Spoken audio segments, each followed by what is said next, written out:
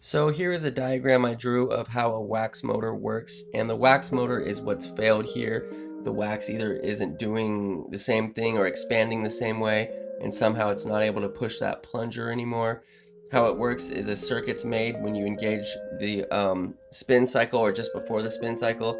It heats up the wax, and that wax, as it heats up, it expands and pushes that plunger, which forces the latch to engage, and then you can see that gap is then um, filled, or it's pushed over enough to make that circuit, and then the washer can engage the spin cycle because it's locked.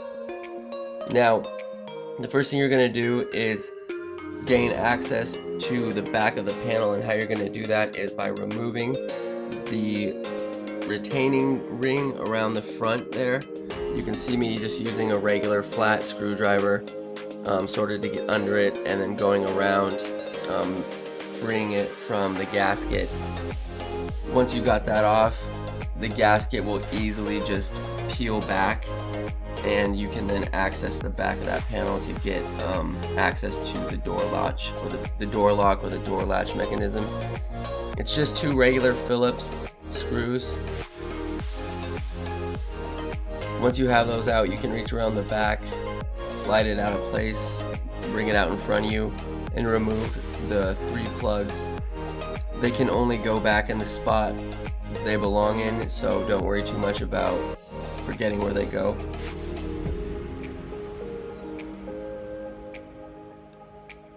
Okay, and once you have that out, you can put the new one obviously back in. Then you are going to put it back in place, put the 2 Phillips head screws back in, seal it up, put the ring back on, which can be kind of tricky if you've never done it.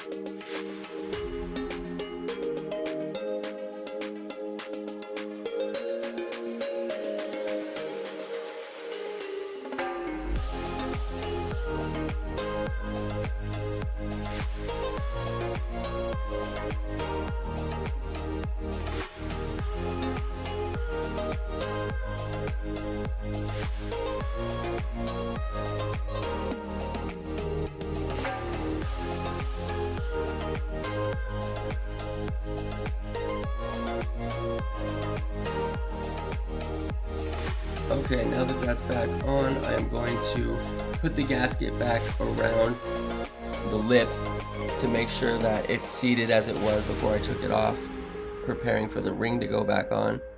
Once the ring is on, you want to put half of it on, put the spring about 6 o'clock, get half of it on, and then use a pair of pliers and sort of stretch out over the lip for the other half that's not on, as you can see I'm doing here, and then yeah, pop that into place, and that will keep your gasket on. Make sure you do this right, because water will leak out if you don't get this gasket on correctly.